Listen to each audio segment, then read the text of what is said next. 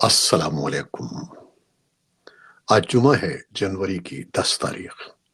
پاکستان میں اس وقت شام کے 7، بھارت میں 7:30، اور یہاں ہمارے اسٹوڈیوز کی گھڑیوں میں صبح کے 9 بج رہے ہیں۔ وائس آف امریکہ واشنگٹن کی اردو سروس سے میں ہوں خالد حمید، خبروں کے ایک بلیٹن کے ساتھ۔ امریکہ کی خبروں سے آغاز کرتے ہیں اور پھر پاکستان، افغانستان، بھارت اور دنیا بھر سے ملنے والی اہم خبریں پیش کی جائیں گی۔ امریکہ کے شہر لاس اینجلیس کے حکام کے مطابق مختلف مقامات پر لگنے والی آگ سے ہلاکتوں کی تعداد 10 ہو گئی ہے۔ لاس اینجلیس کاؤنٹی کے شیرف رابرٹ لونا نے بڑے پیمانے پر ہونے والی تباہی کے پیش نظر ہلاکتوں میں اضافے کا خدشہ ظاہر کیا ہے۔ لاس اینجلیس میں لگنے والی آگ سے اب تک تقریباً 10,000 مکانات اور عمارتیں جل کر خاک ہو گئی ہیں، جبکہ 1,80,000 افراد نقل مکانی کر چکے ہیں اور مزید 2 لاکھ شہریوں کے علاقہ چھوڑنے کا خدشہ ہے۔ اسے شہر کی تاریخ کی سب سے تباہ کن آگ قرار دیا جا رہا ہے۔ کیلیفورنیا میں جنگلات میں ہونے والی تباہ کن آتش زدگی جس موسم میں ہوئی ہے، عام طور پر اس موسم میں یہاں ایسے واقعات نہیں ہوتے۔ 1984 کے بعد سے جنگل کی آگ کے 423 بڑے واقعات کے ایک جائزے کے مطابق ان میں سے صرف 4 واقعات موسم سرما میں پیش آئے ہیں۔ محقق اور سائنسداں مائک فلینیگن کا کہنا ہے کہ کیلیفورنیا کے جنگلات میں آگ بھڑکنے کے اسباب کا ابھی تک تعین نہیں ہوا ہے، لیکن ان کے بقول تیز ہواؤں کے باعث گرنے والی بجلی کی لائنز ہی اس کا سبب نکلیں گی۔ بجلی کی لائنز کی وجہ سے سن 2016 اور سن 2017 میں کیلیفورنیا میں تباہ کن جنگلات کی آگ بھڑک اٹھی تھی، جس کے بعد Pacific Gas and Electric Company کو $30 ارب کا ہرجانہ کیا گیا تھا اور کمپنی دیوالیہ ہو گئی تھی۔ مزید تفصیلات کے لیے ہمارے سوشل میڈیا پلیٹ فارمز پر آئیے۔ امریکہ کے سابق صدر جیمی کارٹر کو تمام تر سرکاری اعزاز کے ساتھ جارجیا میں ان کے آبائی علاقے پلینز لے جایا گیا، جہاں ان کی تدفین ہوئی۔ سابق صدر 29 دسمبر کو 100 سال کی عمر میں انتقال کر گئے تھے۔ وہ 1977 سے 1981 تک امریکہ کے صدر رہے۔ مزید تفصیلات کے لیے ہمارے سوشل میڈیا پلیٹ فارمز پر آئیے۔ پاکستان کی وزارت تعلیم کے مطابق اسلامی تعاون تنظیم OIC کے سیکرٹری جنرل حسین برہم طہا مسلم ممالک میں لڑکیوں کی تعلیم سے متعلق عالمی کانفرنس میں شرکت کے لیے پاکستان پہنچ گئے ہیں۔ پاکستان کی وزارت تعلیم 11-12 جنوری کو اسلام آباد میں مسلم کمیونٹیز میں لڑکیوں کی تعلیم، چیلنجز اور مواقع کے عنوان سے عالمی کانفرنس کی میزبانی کرے گی۔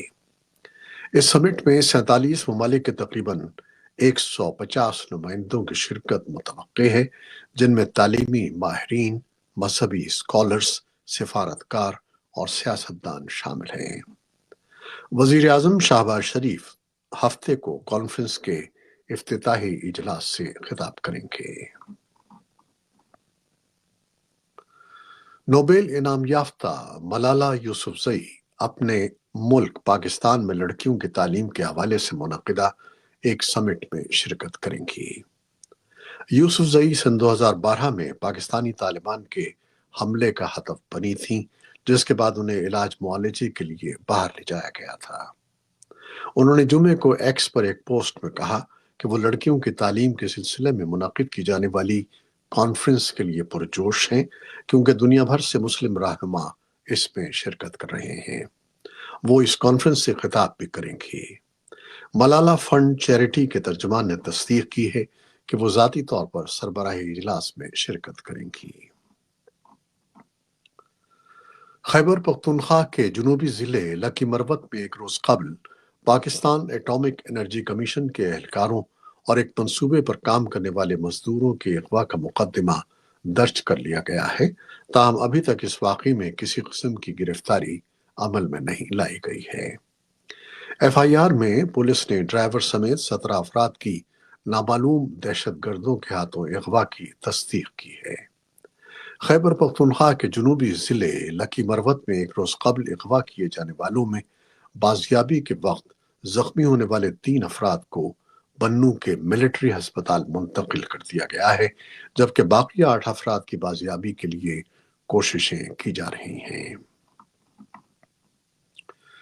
لبنان کی پارلیمنٹ نے جمعرات کو فوج کے سربراہ جوزف اون کو ملک کا سربراہ منتخب کر لیا ہے اور صدر کے عہدے پر ایک ایسے جنرل فائز ہوں گے جنہیں امریکہ کی حمایت حاصل ہے۔ یہ انتخاب اس بات کا عکاس ہے کہ اسرائیل کے ساتھ اپنی پریشان کن جنگ کے بعد ایران کے حمایت یافتہ حزب اللہ گروپ کا اثر و رسوخ متاثر ہوا ہے۔ اس انتخاب سے لبنان اور وسیع تر مشرق وسطی میں طاقت کے توازن میں تبدیلی کی بھی عکاسی ہوتی ہے۔ یہ اقدام اس بات کا بھی مظہر ہے کہ ملک میں سعودی اثر و رسوخ بحال ہو گیا ہے، جہاں اس سے قبل ایران اور حزب اللہ کی وجہ سے ریاض کا کردار گہنا گیا تھا۔ یورپی یونین شام پر سے پابندیاں ہٹانے کا عمل شروع کر سکتی ہے، بشرطے کہ جنگ زدہ ملک کے نئے حکمراں اقلیتوں کے تحفظ کے لیے ایک جامع حکومت بنانے کے لیے اقدامات کریں۔ بلاک کی خارجہ پالیسی کی سربراہ کایا کالا نے روم میں مغربی طاقتوں کے ساتھ ملاقات کے ایک دن بعد ایکس پر لکھا کہ یورپی یونین بتدریج پابندیوں میں نرمی کر سکتی ہے، بشرطے کہ ٹھوس پیش رفت ہو۔ امریکہ اور یورپ شام کے صدر بشار الاسد کی معزولی کے بعد شام کی نئی قیادت کے ساتھ رابطوں کی کوشش کر رہے ہیں۔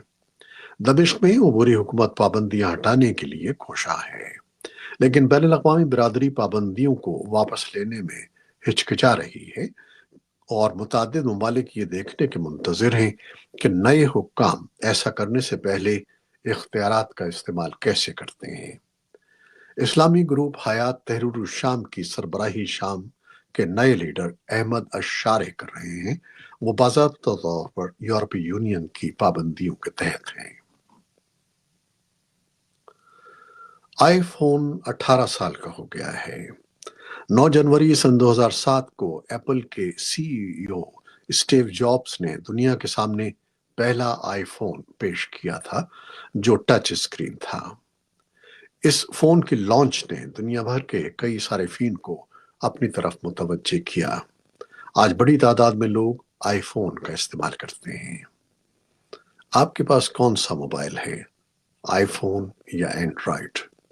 کمنٹس میں ہمیں بتائیے گا ضرور۔ سائنسدانوں کی ایک بین الاقوامی ٹیم نے جمعرات کو بتایا کہ انہوں نے کرۂ ارض پر برف کی قدیم ترین تہہ تک پہنچنے کے لیے برفانی خطے انٹارکٹک میں تقریباً 2 میل کی گہرائی تک ڈرلنگ مکمل کر لی ہے۔ برف کی تہہ در تہہ تہوں پر ڈرلنگ کرتے ہوئے برف کی قدیم ترین تہہ تک پہنچنے کے لیے ماہرین کو 2.8 کلومیٹر تک نیچے جانا پڑا، جس پر 4 سال کا عرصہ لگا۔ سائنسدانوں کا کہنا ہے کہ قدیم ترین برف کے تجزیے سے یہ جاننے میں مدد ملے گی کہ اس دور میں زمین کا ماحول اور آب و ہوا کیسی تھی۔ قدیم برف کا تجزیہ سائنسدانوں کو کرۂ ارض کے برفانی ادوار کے متعلق بھی جاننے میں مدد فراہم کرے گا۔ یہ تھی وہ خبریں جو فیس بک نے آپ کے لیے براہ راست پیش کی۔ ہماری ویب سائٹ اور پوڈ کاسٹ پر یہ بلیٹن آپ کے لیے پوسٹ کر دیا جاتا ہے۔ آپ ہمارے بلیٹن کو شیئر کرتے ہیں اور اپنے کمنٹس میں اپنی بہت ہی محبتوں کا اظہار کرتے ہیں، جس کے لیے ہم آپ کے بہت مشکور ہیں۔ اپنی ان کوششوں کو جاری رکھیے گا۔ نیوز پروڈیوسر عائزہ عرفان اور نیوز ایڈیٹر بہجت جیلانی کے ساتھ خالد حمید کو اب اجازت دیجیے گا۔ اللہ حافظ۔